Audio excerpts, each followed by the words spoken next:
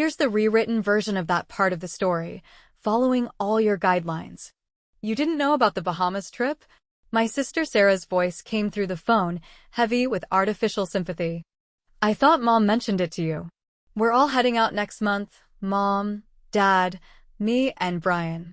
But someone's got to stay back and look after the pets while we're away. Mom said she'd talk to you about it. I stood frozen in my kitchen, fingers tightening around my coffee mug until I was sure it would crack. My name is Lisa Mitchell. I'm 27 years old, and I had just learned, completely by accident, that my entire family had arranged a sunny getaway without bothering to include me.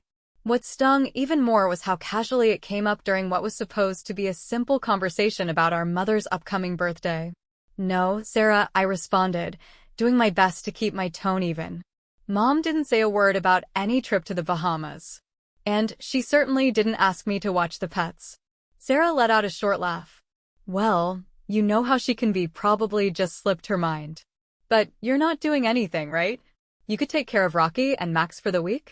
Mom was really counting on you. I mean, you're the only one not going. The only one not going. Because they'd never invited me in the first place. Images of past dinners floated through my mind. Times they must have brought up the trip, carefully steering the conversation away from me. It now made sense why discussions would die down when I entered the room. My mom's oddly timed questions about my work hours, or my dad's sudden curiosity about my social life, they'd all been subtle checks to make sure I'd be free for their plan. Later that evening, my mom finally picked up the phone. Sweetheart, I've been meaning to call. We could really use a favor. Let me guess, you need someone to look after the dogs while everyone's off in the Bahamas? The edge in my voice came out sharper than I intended. Oh, so Sarah filled you in, she said, sounding almost cheerful. It would mean a lot, really. You know Rocky doesn't do well in the kennel, and Max needs his meds twice a day. We'll only be gone 8 days. She continued, going into detail about their flight times, the resort amenities, and how Max could only eat a specific kind of food. Not once did she acknowledge that I'd been deliberately left out of the trip. There was no attempt to soften the blow, not even a half-hearted, wish you could come, or maybe next time. So, you'll help out? She asked, her voice bright and hopeful. Your dad already told the kennel we wouldn't be needing their services. And Sarah's really excited. She found this beautiful little resort with snorkeling and all kinds of activities. You know how much she loves the ocean. Of course he had already told them. That's how things always worked in my family. They'd decide what was best for everyone without ever checking with me. I was dependable Lisa, the one who wouldn't make a fuss, who never got in the way, and who could always be counted on to put others first, even when no one asked her what she wanted. I'll think about it, I murmured, already pulling up a travel site on my laptop. This wasn't the first time something like this had happened. I remembered back when Sarah got accepted to NYU, our parents threw a big celebration, complete with a catered party, custom decorations, and an overflowing guest list of their friends. The year before, when I got into Boston University with a full academic scholarship, the most I got was a quiet, "That's nice, dear." My acceptance letter only lasted 2 days on the fridge before it was covered up by Sarah's dance recital schedule. Sarah had always been their pride and joy, the lively one, the one everyone admired. Even when she dropped out of NYU after just 2 years to find herself in Europe, our parents were quick to support her decision, sending her monthly allowances and referring to it as her journey of self-discovery. Meanwhile, I juggled 3 jobs during college, graduated with top honors, and built a solid career in marketing. My reward? The role of the family's go-to-helper, the one they could always rely on. After hanging up with Mom, I spent the evening browsing vacation options. One destination stood out, Santorini, the Greek island I'd dreamed of visiting ever since a photography class back in college. The dates matched perfectly with the Bahamas trip, and to my surprise, there was a sale on flights. My mouse hovered over the "Book Now" button just as messages from Sarah popped up on my screen. Mom said you're acting weird about watching the dogs. Come on, Lisa.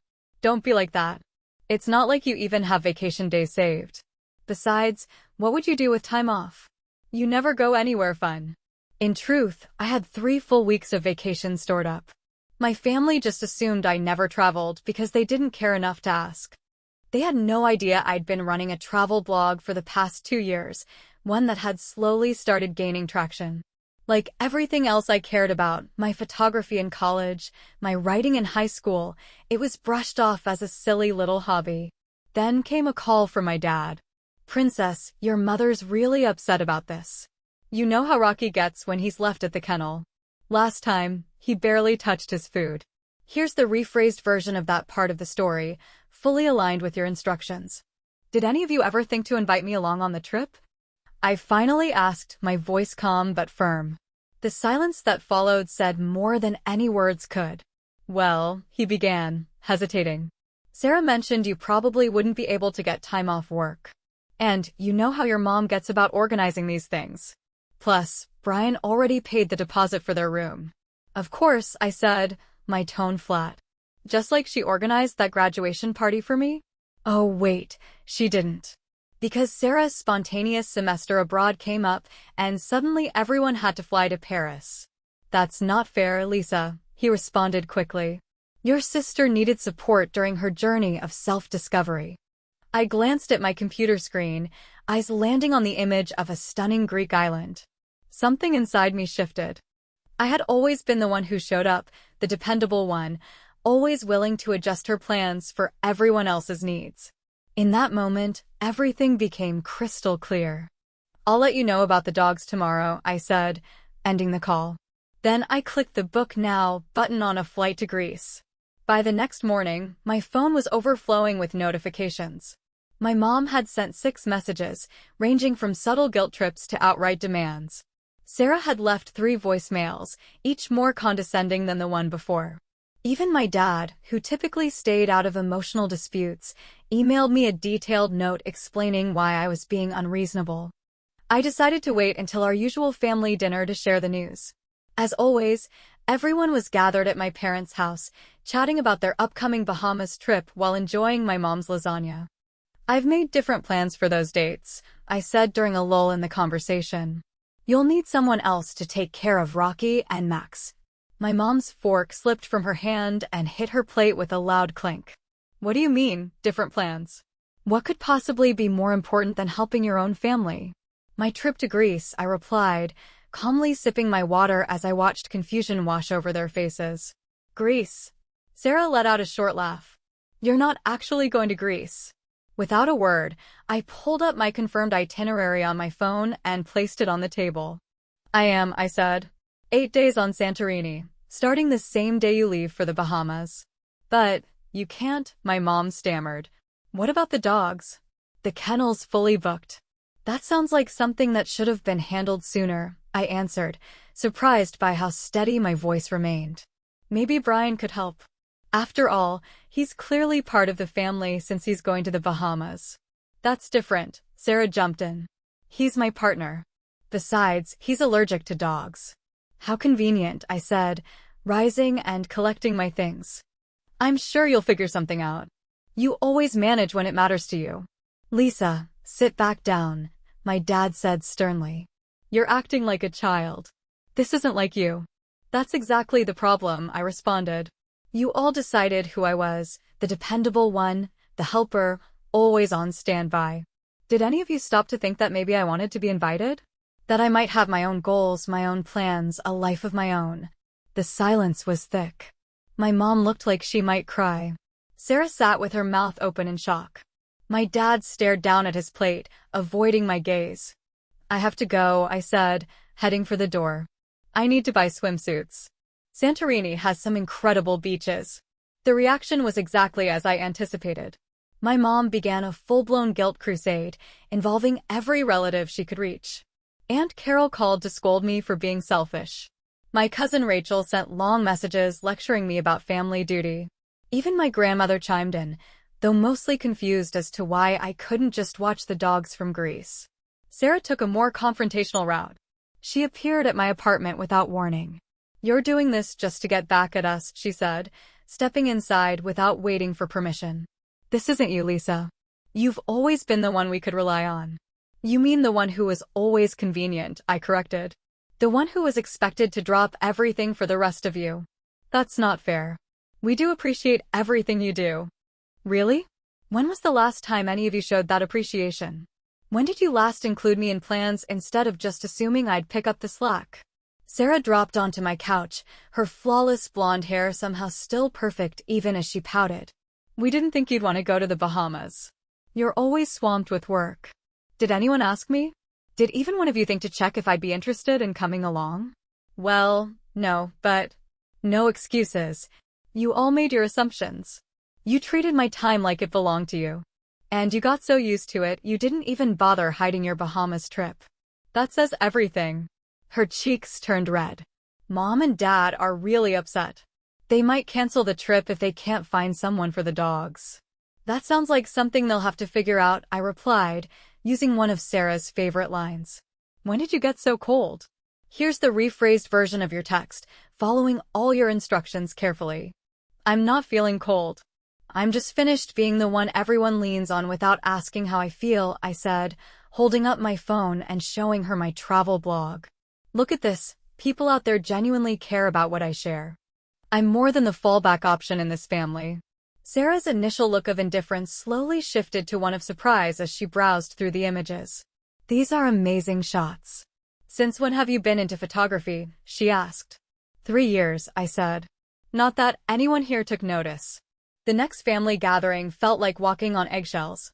My mother had taken over the entire dining table, laying out pet supplies like it was a presentation of emotional manipulation.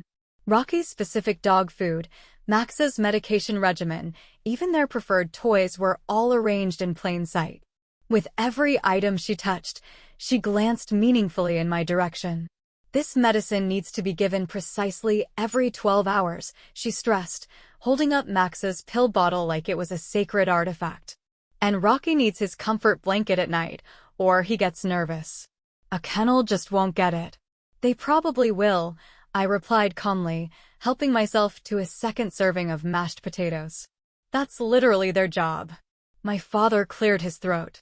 Sweetheart, maybe we could pay you to watch the pets. Make it worth your time.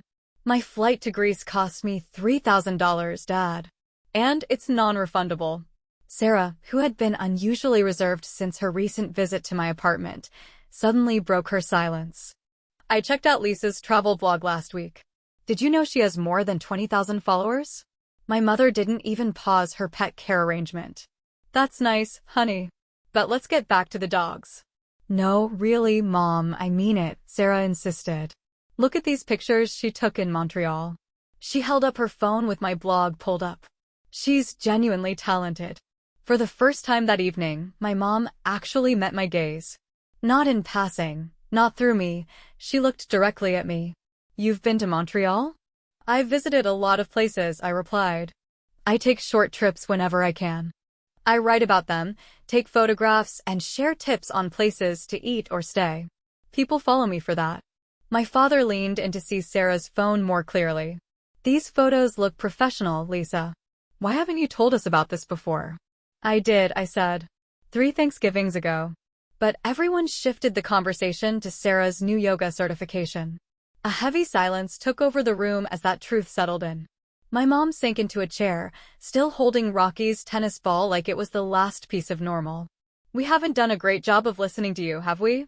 No, I said, softly but firmly. You haven't. But we still need someone to take care of the dogs, she added swiftly, as though trying to regain control of the moment.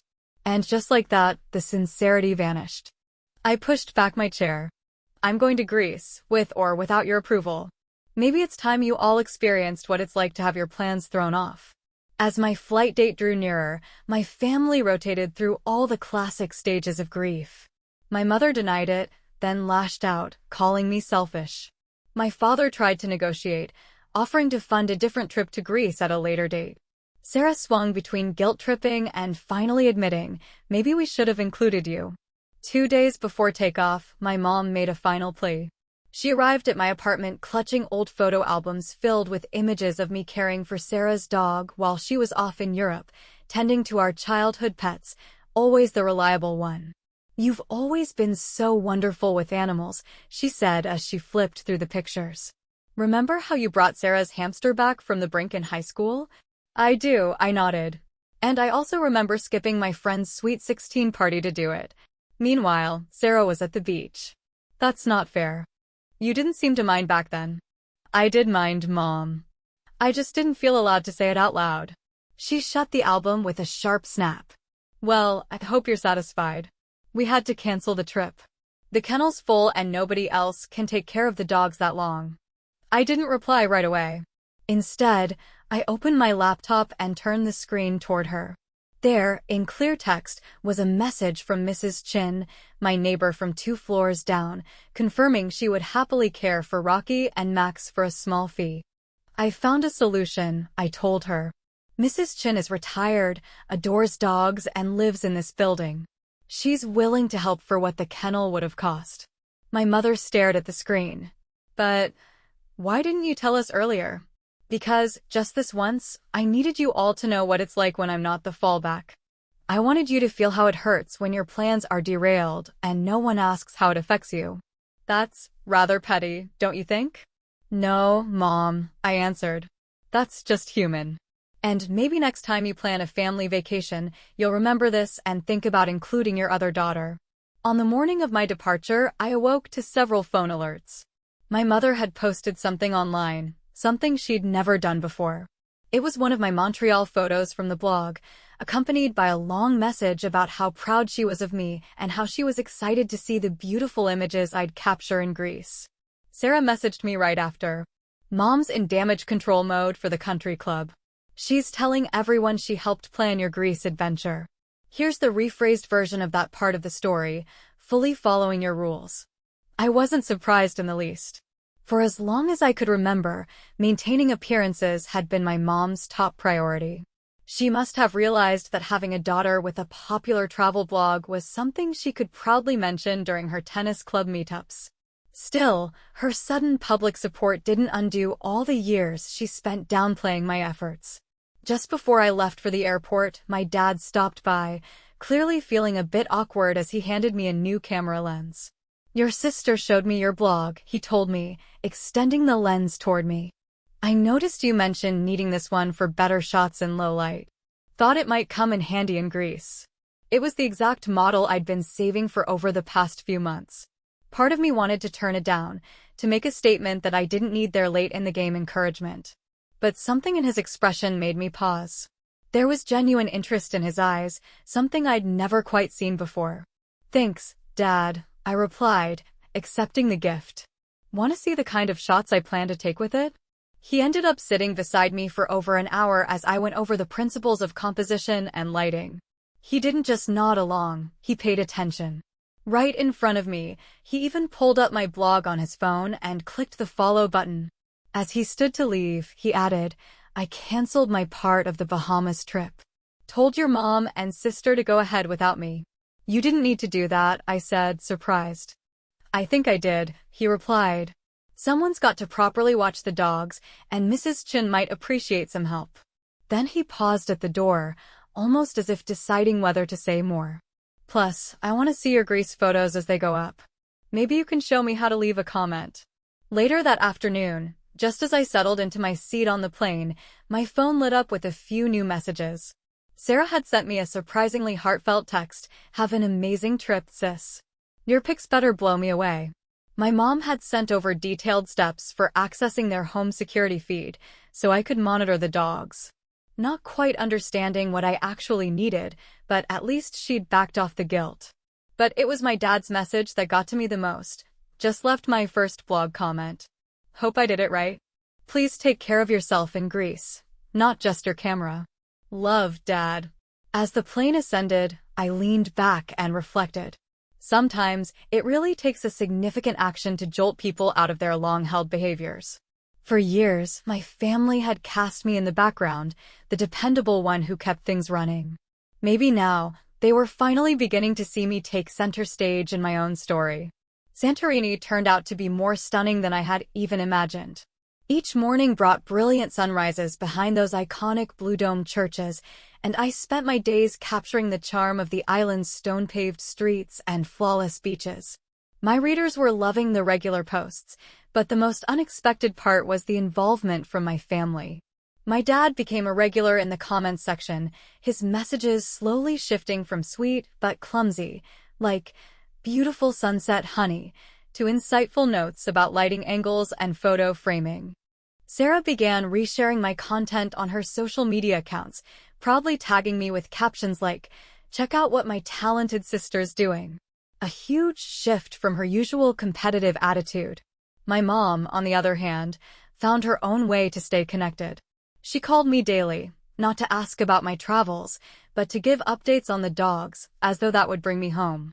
"Rocky's been moping around," she'd say, or "Max won't touch his food unless your father spoon-feeds him." When that didn't guilt me into returning, she took a different angle, calling to critique my posts. "Don't you think you're going a little heavy on the sunset shots?" she'd ask. Or, "Your restaurant review came off a little harsh. You don't want to ruin anyone's business." One evening, while sipping tea at a cafe perched on the cliffs, I got a call from Mrs. Chin. She sounded amused. "Your mother's dropped by 6 times today," she said. "She brings coffee and fires off a million questions about how I handle the pets. I think she's having a hard time letting go of control." "I'm really sorry," I started, but she just chuckled. "No need to apologize. After teaching high school for 40 years, looking after 2 dogs is a walk in the park." She didn't seem thrilled when I told her that. That same night, my dad sent a private message. "Your mom booked herself into a hotel for the rest of the Bahamas trip. Says she can't relax knowing strangers are watching her dogs." Sarah's not thrilled. For a moment, I felt a sting of guilt. But then I remembered all the moments when my own plans and needs had been pushed aside in favor of keeping the family happy. My mom choosing to sabotage her own vacation? That was on her. Instead of rushing home or expressing regret, I leaned deeper into the journey. I shared more stories about the freedom of solo travel, the importance of setting boundaries, and the courage it takes to choose your own direction in life. The feedback was incredible. I received hundreds of messages from readers who had been through similar experiences, thanking me for giving them the courage to reclaim their voice. My blog audience doubled and then tripled. A travel magazine reached out, interested in featuring my Greece series. Even Sarah called to say that her yoga students were all following my blog now, and they wanted to know when I could visit her studio to teach a photography class. "You know what's kind of wild," she said. "I always thought I was the brave one, heading to Europe to figure myself out, but you're the one who actually did it. Here's the rephrased version of the next part of your story, following all your rules." Without realizing it, you had quietly slipped into our lives again, and we were all too wrapped up in our personal chaos to notice. On my final evening in Greece, I was on the balcony of my hotel room, uploading photos to my blog, when I received an unexpected message from my mom. She had sent a picture of my former bedroom, which she had transformed into her new home office. The room was now decorated with framed prints of my travel photography. "I had your best work professionally framed," her message read. "I figured your photos deserved more than just being reposted on social media." Beneath the image, she had written a longer, more thoughtful message. "I've been reflecting a lot while you've been away. Your dad pointed out something that I didn't want to admit, that we had spent so long taking you for granted, we forgot you had your own aspirations. I'm not great at saying sorry, but I want to be better at showing you how much you matter." Meanwhile, Mrs. Chin had continued sending me daily snapshots of our dogs. Each photo captured Rocky and Max thriving without my mom's constant oversight. The last picture was especially touching. My dad was showing her how to navigate my blog, both of them grinning at the camera as the dogs lounged peacefully nearby. Sarah's final pictures from her trip to the Bahamas also felt different. Gone were the overly polished, posed shots. Instead, she captioned them with, "Trying to see the world the way you do through your camera lens." Not quite there yet, but I'm learning to go beyond the surface. In just over a week, something had undeniably changed. My family still wasn't perfect. My mom continued her daily updates about the dogs, my dad remained somewhat clueless about anything tech-related, and Sarah occasionally slipped into her competitive tendencies. But they were making an effort, and that effort meant a lot. It wasn't a complete change, but it was a start, a genuine attempt to understand and see me differently. Half a year after I returned from Greece, we all gathered together for Thanksgiving. The walls of the dining room had been updated to include both our classic family portraits and a selection of my travel photographs. At the table, my mom had even used the logo from my blog to create personalized place cards, a small but meaningful touch. As we sat down to eat, my mom announced, "We've got some news to share. We're planning another family vacation." I braced myself for the possibility of being left out again, but before I could react, Sarah quickly jumped in. "And this time, we want you involved from the very beginning. Your blog's audience loved the Greece content so much, we thought you could sprinkle some of that magic on our next trip." Then my dad pulled out a folder. "I've been looking into photography tours in Italy. Maybe you could teach us a thing or two, something more than just taking selfies or pictures of the dogs." And my mom added, trying to sound nonchalant, "I already asked Mrs. Chin if she could take care of Rocky and Max. She said yes, months ago, actually." As I looked around the table, I took a moment to really see them. My mom, still trying to steer the ship, but now in ways that included me. My dad, finding common ground with me through photography. And Sarah, who was finally starting to recognize me not as a rival, but as an individual. "Italy sounds perfect," I said, pulling out my phone to show them a few ideas I had been thinking about. "But this time, I'll take care of the itinerary." My dad gave me a proud smile. "Wouldn't have it any other way. After all, you're the expert now."